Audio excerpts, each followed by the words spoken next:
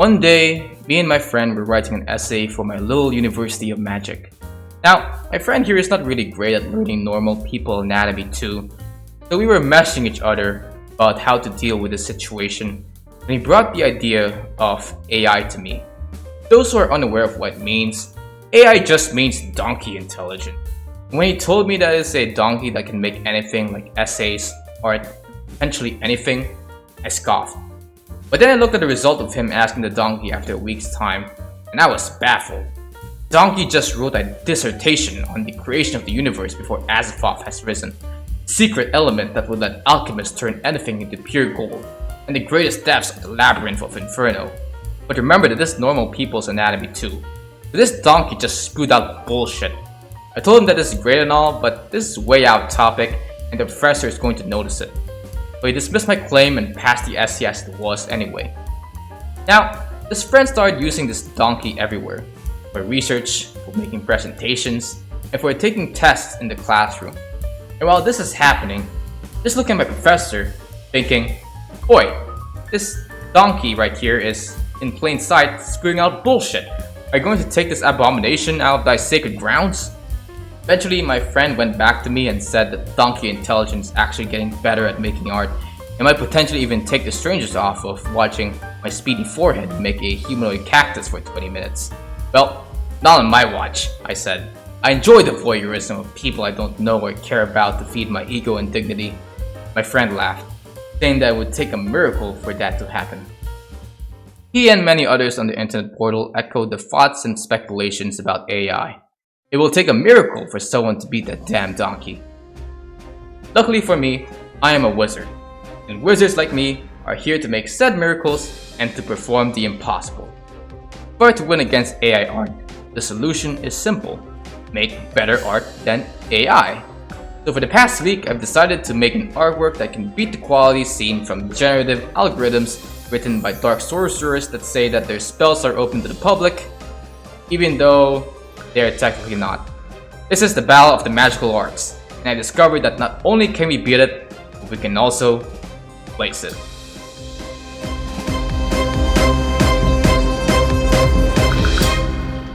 Alright, so if we are to make art that beats AI, we need to identify the qualities that make AI so special to people. After searching through various AI art I've seen in Google, I boiled down the AI style into a few adjectives. First off, they're all really semi-realistic.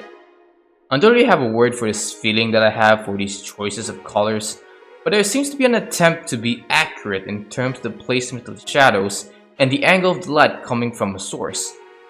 Of course, there are some outliers here and there, but if I were to boil down what the typical AI art would look like, they're usually 80% realistic and 20% stylistic in their approach. I'm not really a mathematician on this one, but you can kind of see what my point here is. This piece over here has realistic shading, but adds a little hue variation to spice up the piece. This art too, and this one as well. I think the reason why I feel that this art is all similar is because about 93,000 of the requests made by Stable Diffusion take reference of art made by this guy named Regowski? And he's not being paid or even given any credit for his contributions? Alright, so the game plan now is to steal others' ideas. What else can we take from this darn donkey? Well, they're also uncanny. If you search AI art on Google, it will not take long for you to find image results that border you into an unsettling nervousness. You're going to see screwed up faces, missing eyeballs, and the ever so popular handy spaghetti. Makes me so happy to think that not even AI can figure out a proper way to draw hands. So step 2 is to scare the shit out of your viewers of your art.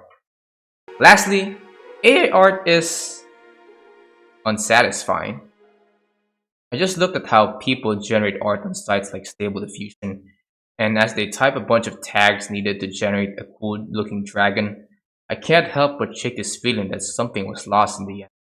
This sense of accomplishment in making a piece after going through so many challenges.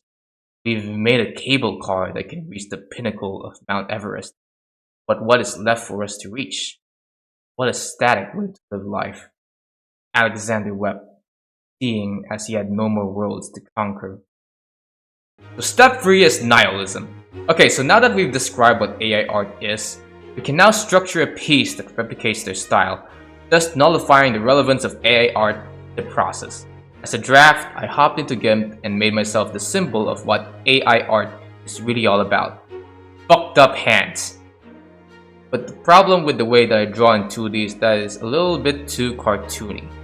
So I hopped into Blender to give it that semi-realistic look that I'm looking for. Usually, I use Blender to make models in a cartoony style that I've personally made on my own, but I've grown too much of an attachment to the style, so I needed to make myself more miserable by using Blender's default shaders to achieve a bland, lifelike style that may require a lot of heavy calculations for my poor depressed brain to think about. Perfect! So once I moved my reference to Blender, I started adding meshes and sculpted a model of a hand. I was having so much fun making this at first because the only ounce of stylistic freedom I had was in how fucked up these hands are, when I heard the hands of my clock tick and tick. I didn't mind this at first. Time is always moving forward, but when I was done making the hard surface model of this abomination, I looked at the clock. 3 hours had gone by. To give you guys context, I'm not a wizard that makes art 24/7. I take classes at a university that's 2 cities away from the place where I live, take care of my brothers and sisters because I'm the eldest, study and do my homework, and use my free time to just enjoy life in general. But when I see that 3 hours have gone by, I can't help but think that maybe time is better spent doing other things. Man, I wish I could get help from somewhere. Next step is to retopple my model, because if we were to texture this model and do a little animation with it, we need to lessen the vertices present in our hand. If you're a frequent viewer of this channel, you would know that I hate retopology. This is the least creative step in making any 3D model. You're basically tracing a work you've already done by manually placing dots all over your pre-existing mesh one by one. We do have automatic retopology tools that help us cut down the time, but the results are usually low quality and not the standard that I'm looking for. So back to doing it manually instead. Once I've completed rebuilding my mesh, a lot of time has already passed. Specifically, 1 hour and 48 minutes. This may not be as much as making the hard surface model, but remember that it took me this long to make a copy of something I've already done. Just think of a printer printing so slowly, but you have to turn a crank or else your one-page paper won't come out on the other side. It's mentally gruesome. And to add to that, my zoology teacher from my university asked me to make an infographic of the history of zoology as an assignment, meaning that after this, I would have to research online, open up a 2D drawing program, and draw a timeline about people that I probably would not remember in the next couple of months. So that's that. The more work I put on this project, the more I realize that a lot of my free time is being eaten up just to prove a point. Sure, I could just stop, but when you think about it, not all people have that choice to quit. Being an artist or animator is a job for some people. And while I was tracing the fingertips of an extra limb I added to a deformed hand, I reflected on the lives of other artists, all in use of people working overtime because they cannot reach a certain deadline by their executives. Sure, this can be the fault of CEOs not knowing how hard it is to make quality animation, but a bakery won't sustain itself without any bread on the shelves. You always have to meet the man. So since the Spider-Verse animators are using 3D software, I would want to maybe make a suggestion. Since the step of retopology in the animation process just consists of tracing already done work with no creative choices to speak of, would it be best to use AI? Next up is texturing. I've used one of Blender's automatic tools to make me a UV map in an instant and oh my god, automation? Is it AI?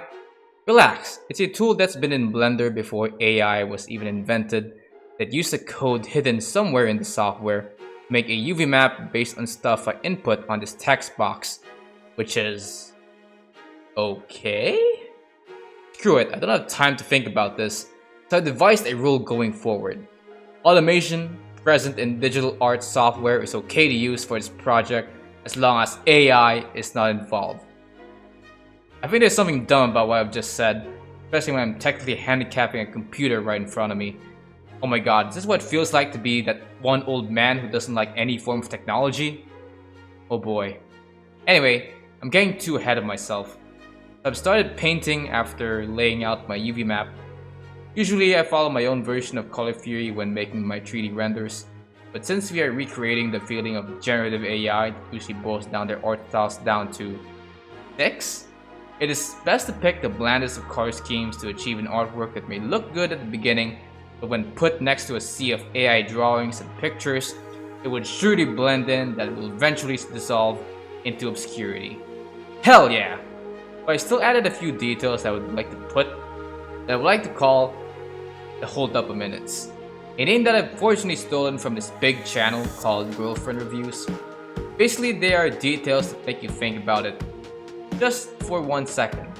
Like, yeah, we're looking at a deformed hand, but hold up a minute.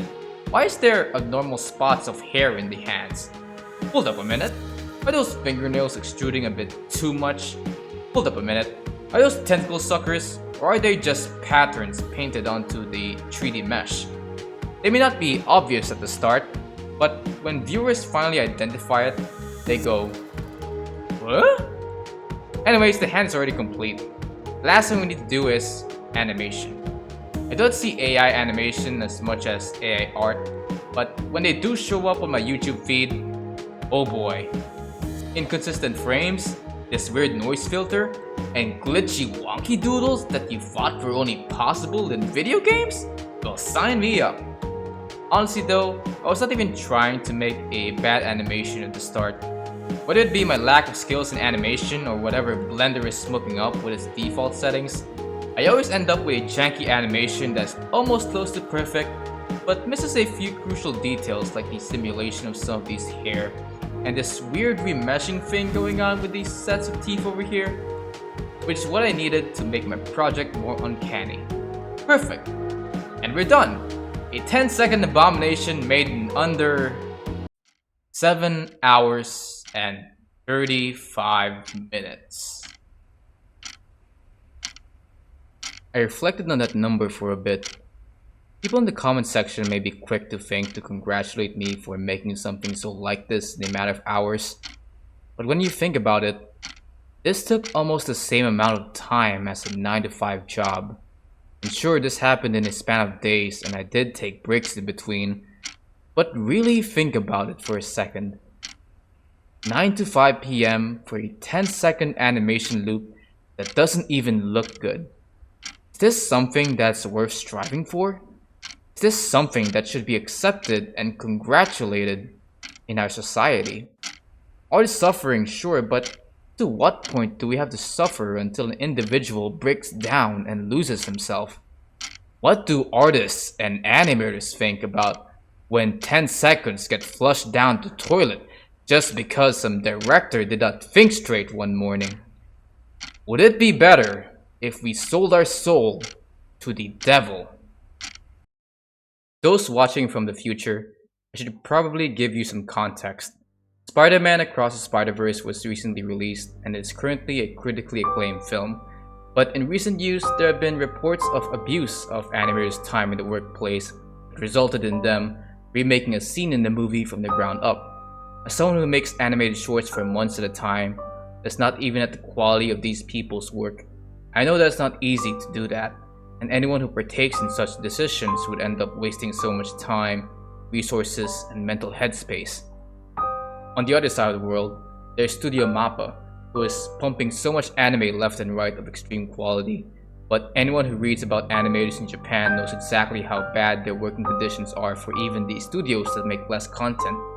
So imagine the thought of a studio as big as Mappa releasing content here and there. People will joke about it online and make skits about it, but make no mistake, they are literally breaking their backs for your entertainment. It's easy to blame the CEOs and executives, and we are right in the ballpark on that statement, but even under the most favorable of office conditions, there's still a desperate need for more innovative tools in the animation industry to do more boring, repetitive tasks that may not have a particular person for the job. That's the reason why the medium of digital art and animation was introduced in the first place. So, why are we suddenly stopping progress now? Why don't we use AI? At the same time, I completely understand AI haters and partially agree to them. We have the SAG-AFTRA and the Writers Guild strikes happening right now. People are being underpaid, and there's a possibility that AI will replace people's jobs in the entertainment industry. No one wants people to be living on the streets, and I especially don't want this to happen to artists and animators who don't even have a notable guild as big as those from the writing and acting community. There's also the fact that AI is currently taking other people's work without any credit. I don't know if this is some special case of fair use or if this is even legal, but I find this a very dirty practice, and I would hate for something like my work to end up in a generator's algorithm without my name in it. By the way, if this little animation ends up as a reference in an art generator without my permission, and it somehow screwed up its method of making good looking hands, you're welcome.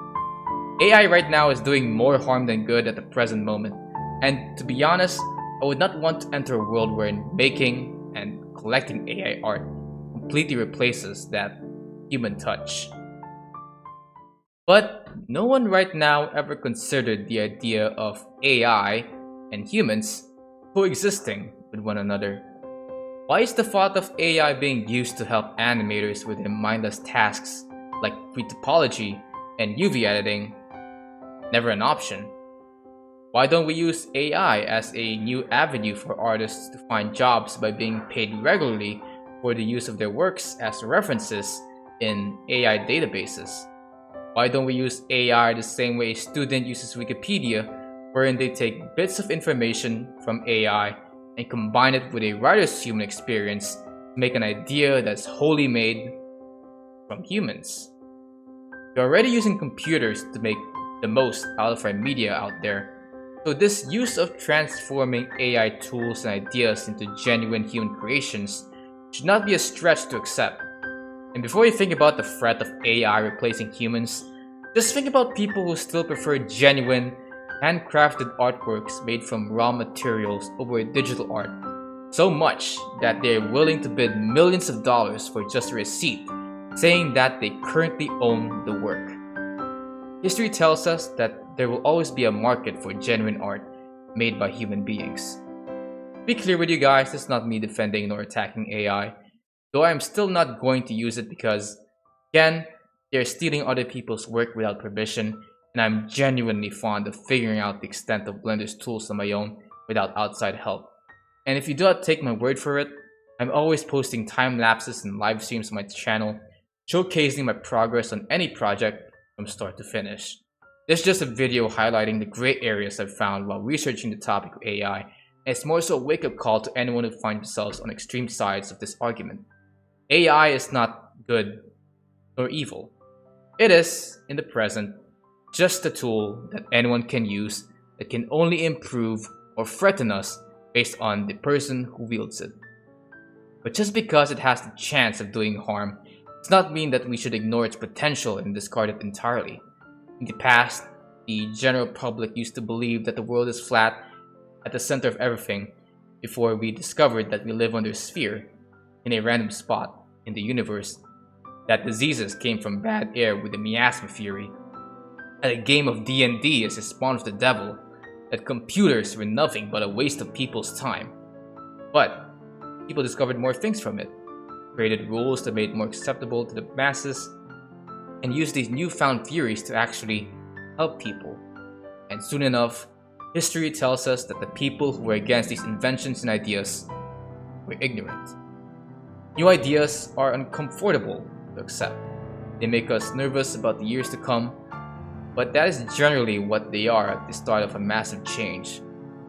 Let us not repeat history by burning books, my fellow strangers of the internet. Let's just see what happens when we let ideas grow into something more profound. Now go read a book.